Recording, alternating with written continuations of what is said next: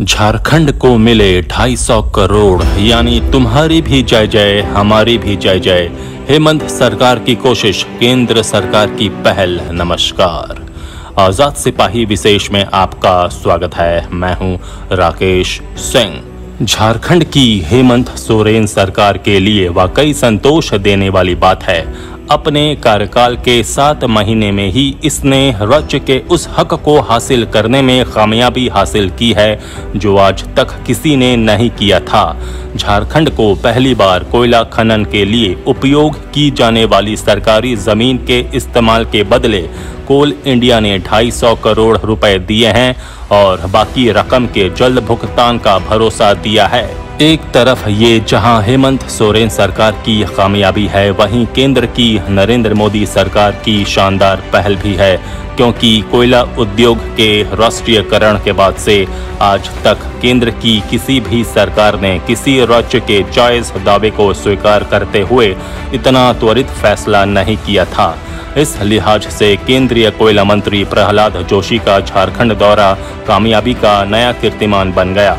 मुख्यमंत्री हेमंत सोरेन के साथ अपनी मुलाकात के बाद उन्होंने जिस विश्वास के साथ कोयला से जुड़े हर मुद्दे के सुलझ जाने का ऐलान किया, वो सचमुच बहुत सुकून देने वाला था।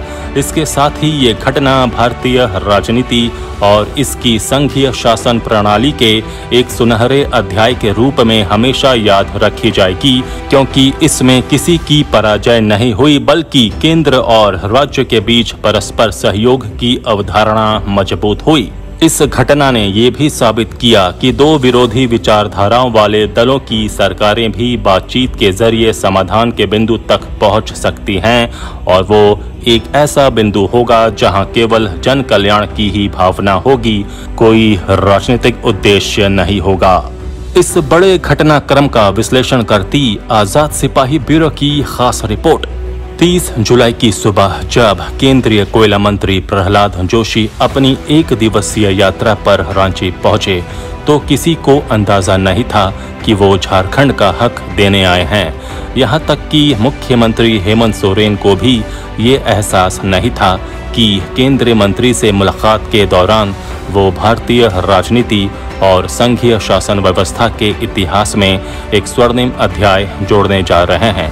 प्रोजेक्ट भवन स्थित झारखंड मंत्रालय के सन्नाटे भरे गलियारे में मौजूद अधिकारियों ने भी नहीं सोचा था कि वे इस ऐतिहासिक क्षण के गवाह बनने जा रहे हैं। केंद्रीय मंत्री ने मुख्यमंत्री से मुलाकात के दौरान कोयला क्षेत्र से जुड़े मुद्दों पर बातचीत की, और इस दौरान उन्होंने हेमंत सोरेन को 250 करोड़ रुपए का चेक सौंप दिया। ये रकम झारखंड के उस दावे का हिस्सा थी जो हेमंत सोरेन पिछले 6 महीने से कर रहे थे। रकम मिलने के बाद हेमंत ने साफ कर दिया कि वो झारखंड का पूरा बकाया, जो करीब 65,000 करोड़ होता है, वसूल करने के बाद ही चैन से बैठेंगे। हेमंत सोरेन के नेतृत्व में दिसंबर में जब सरकार बनी और उसे विरासत में खाली खजाना मिला, तब से लगातार इस बात के प्रयास हो रहे हैं कि झारखंड की बदहाल अर्थव्यवस्था को पटरी पर लाने के लिए अतिरिक्त आय के साधन जुटाए जाएं। इसी क्रम में झारखंड सरकार ने केंद्र के सामने राज्य में सरकारी और गैर मजरूआ जमीन पर हो रहे कोयला खनन के एवज में मुआवजा देने की मांग रखी। झारखंड सरकार का तर्क था कि रैयती जमीन के अधिग्रहण के बदले कोल इंडिया जो मुआवजा देता है वो रैयतों का अधिकार है, लेकिन राज्य सरकार की जो जमीन कोयला खनन के लिए ली जाती है, उसके मुआवजे से राज्य को क्यों वंचित रखा गया है। झारखंड सरकार ने केंद्र के सामने इस मद में 1800 करोड़ रुपए की दावेदारी प्रस्तुत की। उस समय हेमंत सोरेन सरकार के इस दावे पर नाक भौं सिकोड़े गए थे। कानूनी प्रावधानों का हवाला दिया गया और इसे अनुचित करार दिया गया था, लेकिन हेमंत सोरेन अपनी दावेदारी को लेकर पूरी तरह आश्वस्त थे। जब केंद्र की नरेंद्र मोदी सरकार ने कोयला खनन को निजी क्षेत्रों के लिए खोलने का ऐलान किया, तब झारखंड सरकार ने इसका समर्थन करते हुए नीलामी प्रक्रिया को कुछ दिन तक रोकने का आग्रह किया। इस आग्रह पर ध्यान नहीं दिया गया। तब झारखंड सरकार सुप्रीम कोर्ट में चली गई। इसे केंद्र और राज्य सरकार के बीच टकराव के रूप में देखा गया, लेकिन 30 जुलाई को केंद्र सरकार ने इस मुद्दे का समाधान बातचीत के जरिए निकालने के लिए केंद्रीय मंत्री को झारखंड भेजा। केंद्र सरकार ने झारखंड के दावे के पीछे दी गई दलीलों को ध्यान से परखा और उसे पता चल गया कि ये दावा पूरी तरह उचित है। इसलिए मोदी सरकार ने झारखंड को तत्काल 250 करोड़ रुपए देने का फैसला किया। मोदी सरकार की ये पहल इसलिए भी ऐतिहासिक है क्योंकि आज से पहले किसी भी सरकार ने किसी भी राज्य के किसी भी दावे को स्वीकार करने की हिम्मत नहीं दिखाई थी। चाहे विशेष पैकेज हो या प्राकृतिक आपदाओं के कारण नुकसान, राज्यों के दावों को केंद्र में हमेशा संदेह की नज़रों से देखे जाने की परंपरा रही है। ये स्थिति उस समय और गंभीर हो जाती है जब केंद्र और राज्य में अलग अलग दलों की सरकार हो।